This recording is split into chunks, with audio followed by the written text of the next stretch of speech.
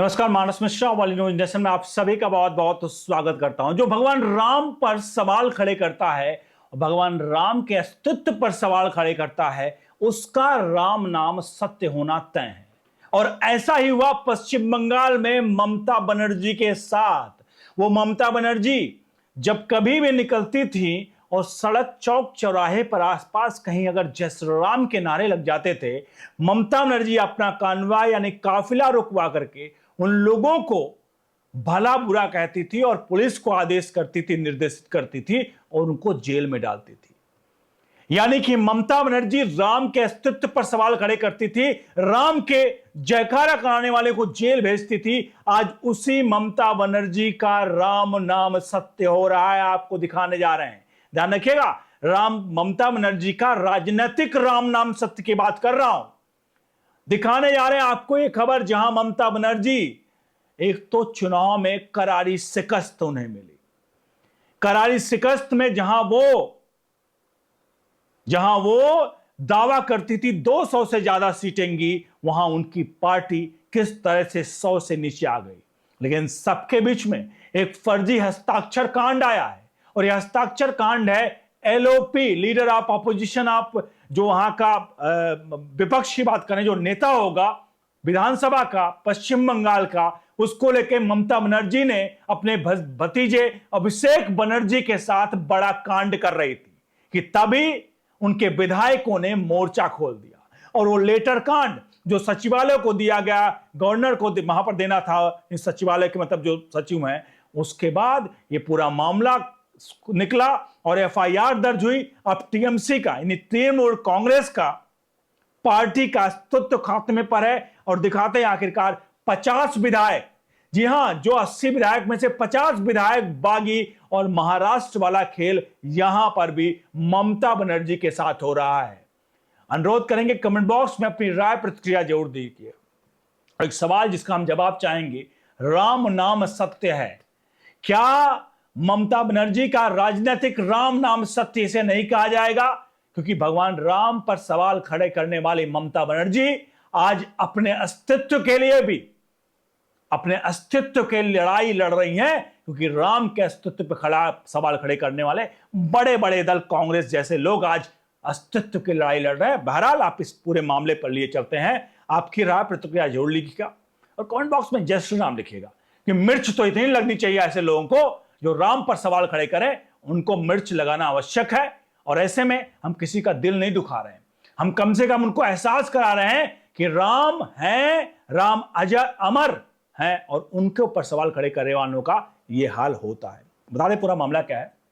असल में विधानसभा में एलओपी की प्रक्रिया चल रही थी कि एलओपी का नेता चुना जाए, विपक्ष का नेता चुना जाए, जिसके लिए एक पत्र था जिसको प्रस्ताव विधानसभा सचिवालय को भेजा गया, जिसमें जो 80 विधायक थे उनके हस्ताक्षर चाहिए होते हैं। वो 80 विधायकों के हस्ताक्षर के लेटर जो थे वो सौंप दिए गए, प्रस्ताव विधानसभा सचिवालय को सौंपा गया।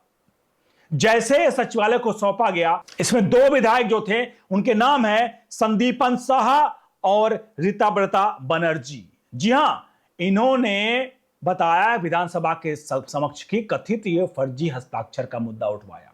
उन्होंने कहा ये जो विधायकों के सिग्नेचर हैं वो फर्जी हैं और ये फर्जी विधायकों की सिग्नेचर ममता बनर्जी ने भेजे।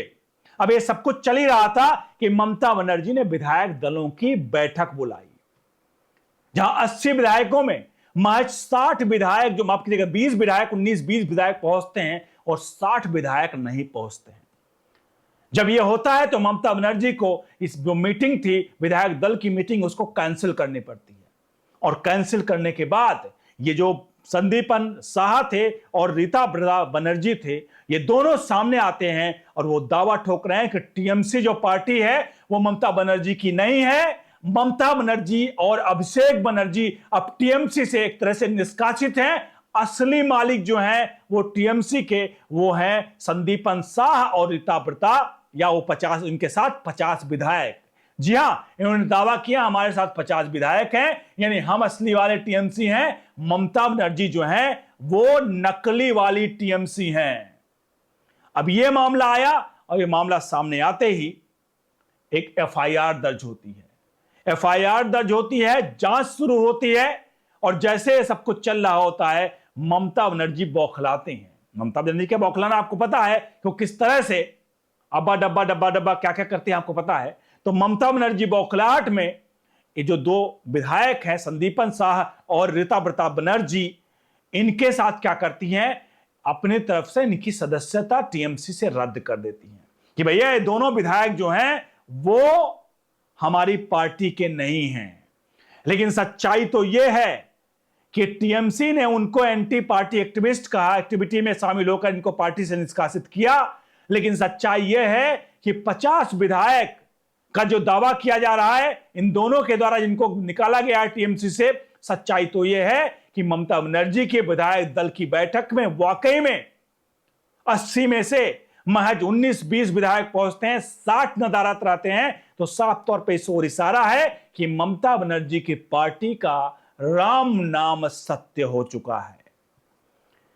अब आप कमेंट बॉक्स में लिखिए कि आखिरकार राम पर सवाल खड़े करने वाले लोगों का राम नाम सत्य अगर इस तरह से हो रहा है, आपको क्या लगता है ऐसी पार्टियों का राम नाम सत्य होना और ऐसे लोगों का राजनीतिक राम नाम सत्य होना क्या सही है या नहीं है? और इससे पहले भी कांग्रेस पार्टी जो कि सुप्रीम कोर्ट में हलफनामा देती है कि रामायण काल्पनिक है, राम सेतु काल्पनिक है, भगवान राम काल्पनिक है, ये कह करके सुप्रीम कोर्ट में राम के अस्तित्व पर सवाल खड़े करती है।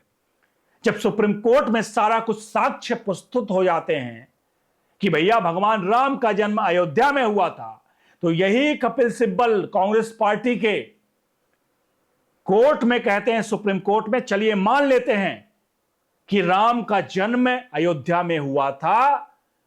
तो भाई ये बताइए कि राम का जन्म अगर अयोध्या में हुआ था तो महाराजा दशरथ के बड़ा महल था, उनमें सैकड़ों कमरे थे, यह कैसे डिसाइड होगा कि भगवान राम का जन्म वहीं हुआ था जहां बाबरी मस्जिद है?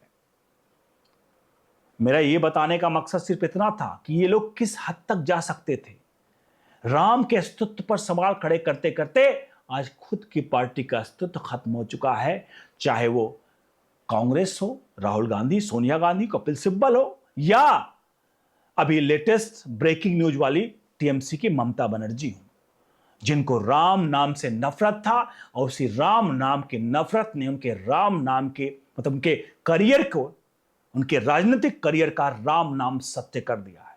और आपको बता दें, ऐसे नेता जो उनका जीवन ही पूरे राजनीति में गया, अगर उनका राजनीतिक जीवन राम नाम सत्य हो गया तो समझ लीजिए पूरा का पूरा राम नाम सत्य हो गया। इसलिए कहते हैं सबसे बैर करे लेकिन उससे बैर मत करना, क्योंकि राम सत्य हैं और सत्य को ठुकराने वाले, उससे मुकरने वाले, अंततः उनका अंत तो निश्चित है, जिस तरह से कांग्रेस का हुआ और जिस तरह से अब ममता बनर्जी और टीएमसी का हो रहा है।